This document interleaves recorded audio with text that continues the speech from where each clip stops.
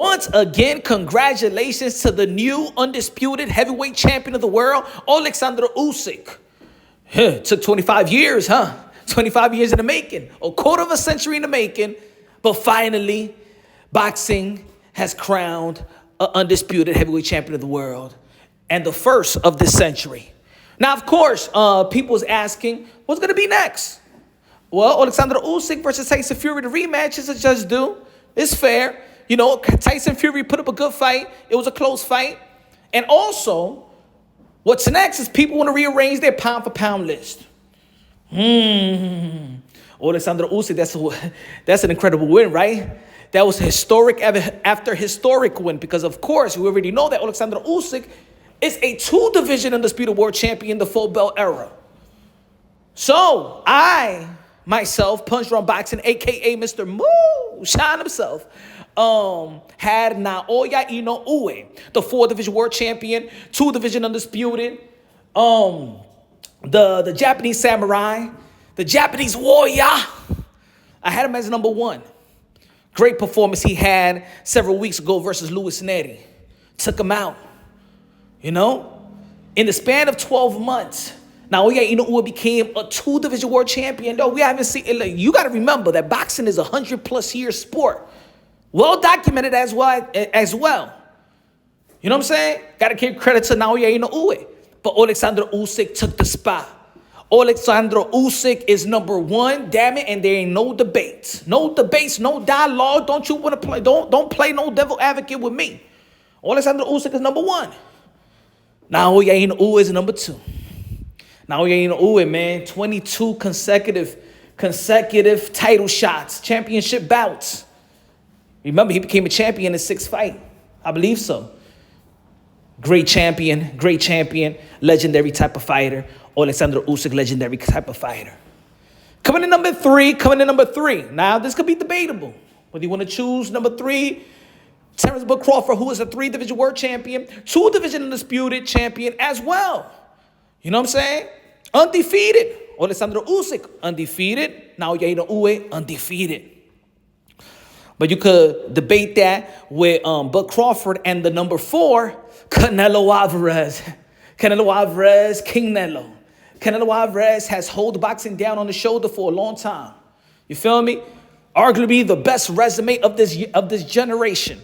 Canelo Alvarez, a.k.a. King Nelo, a.k.a. Cartelo, a.k.a. Cash Nelo, a.k.a. Payday, a.k.a. get the fuck out of here, man. The 4-division world champion and super middleweight undisputed.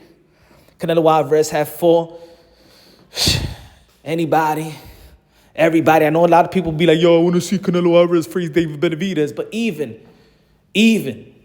Canelo Alvarez has separated himself from his contemporaries to the point where if David Benavidez is next, guess what? David Benavidez haven't even done 10% of what Canelo Alvarez has done in his career.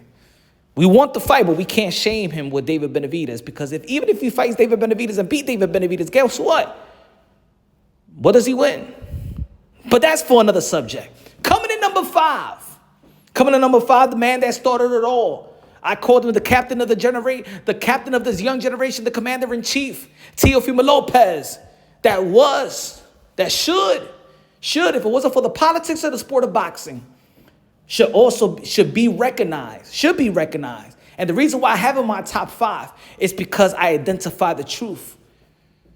I identify the politics so I can identify the truth. Teofimo Lopez should be the first male to be recognized as a 2-division undisputed. For those of you who want to disagree, you already know he's a 2-division lineal champion. That means he beat the man to be the man. Teofimo Lopez beat the guy at the time that was regarded pound for pound, number 1, 2, 3, you can flip it around. Vasily Lomachenko, the 3-division world champion, and was the top dog in the lightweight division. Vasily Lomachenko beat Luke Campbell for the WBC world title and then got elevated to a WBC franchise. I know. We was all frustrated. when Canelo Alvarez got the franchise. We was frustrated when Vasily Lomachenko got the franchise. But this situation got in the way of the undisputed to be recognized by everybody. It was marketed, it was advertised as undisputed, and we all know that if Vasily Lomachenko got elevated, never lost it. If y'all want to play the little semantic games or whatever, the written rule, no. That fight was for Undisputed. We all know that. And then, yes, Teofimo Lopez, had hiccup in his career, just like a lot of legendary fighters. That doesn't mean they're not great. That doesn't mean they're not legendary. That doesn't mean we take them out the pound-for-pound list. Well, you could take him off the pound-for-pound list that time by losing George Kambosos, but you had to put him right back in when he beat Josh Taylor, the reigning undisputed lineal champion in 140, moving up. And let's not forget that he beat Vasily Lomachenko as an underdog. He beat Josh Taylor as an underdog. But because Josh Taylor vacated 3 of his world titles, then it wasn't recognized by many as undisputed. But if it wasn't for the politics of the sport of boxing, let's say that Josh Taylor never dropped his belt and Vasily Lomachenko never would have been elevated and given the franchise, everybody in every belt federation would have recognized Teofimo Lopez as the undisputed. And this is the reason why he is top 5, because he got one of the best, 2 of the best wins of this young era, of this young generation, beating pound for pound. Now, how many fighters in the pound for pound list beat pound for pound fighters? But Crawford beat Earl Spence. He was in the pound for pound list, right? Naoya Inoue didn't beat anybody in the pound for pound list. Olekdandr Usyk probably beat Tyson Fury. Some people have Tyson Fury on the pound for pound list. He was not on my pound for pound list and stuff like that. But he was in a lot of people pound for pound lists as well. Credible pundits pound for pound list. Canelo Alvarez, the last pound for pound that he beat on the list was Triple G. That was a while ago.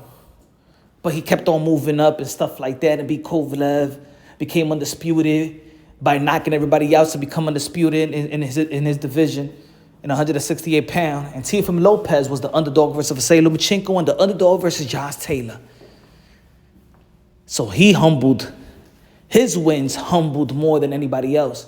Probably the only underdogs was Olekdandr Usyk versus Tyson Fury and Teofimo Lopez versus Lomachenko and Josh Taylor. This is the top 5.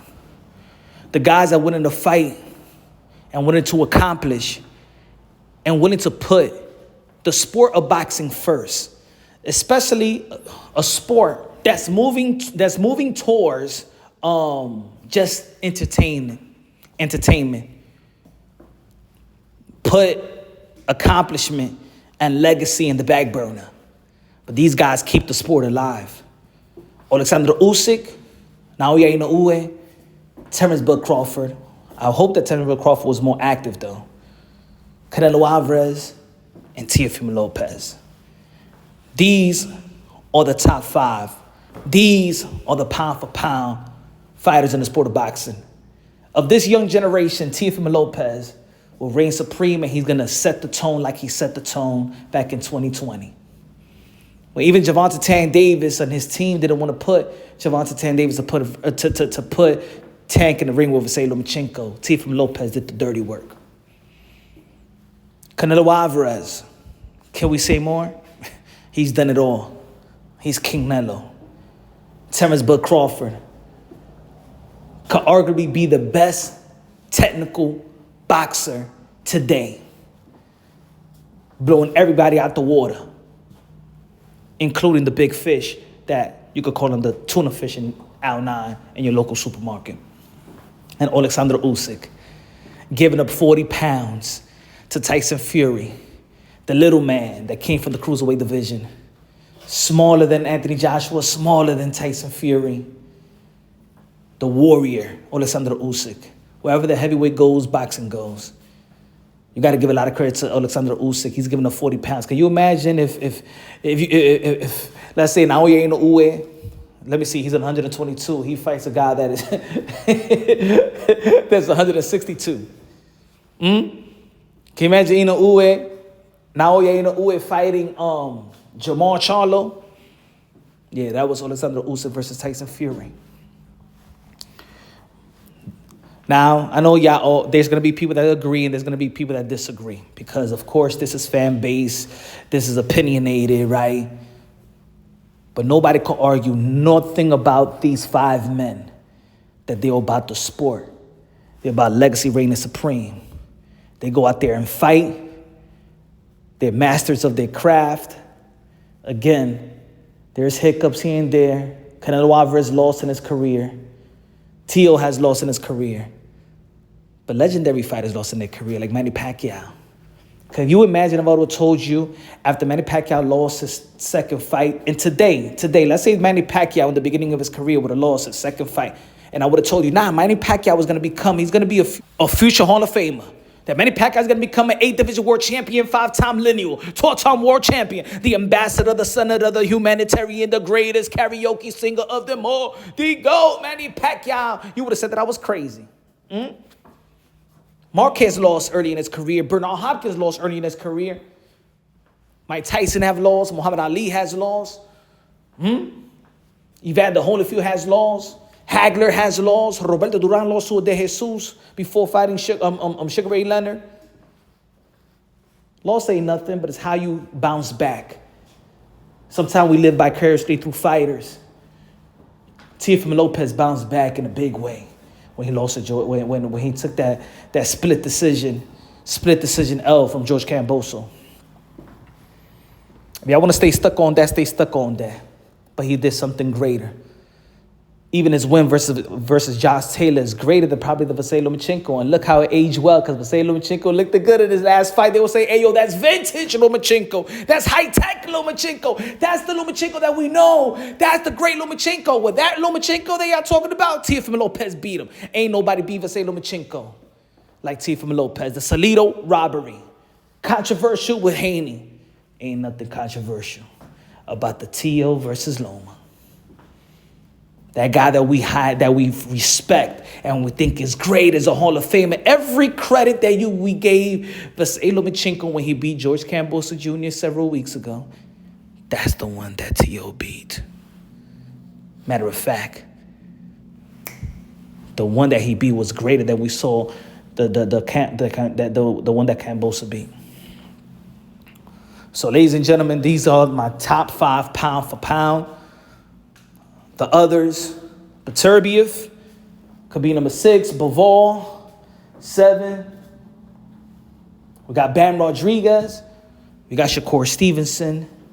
And although this one is going to get people mad, I got Gervonta Tank Davis, number 10.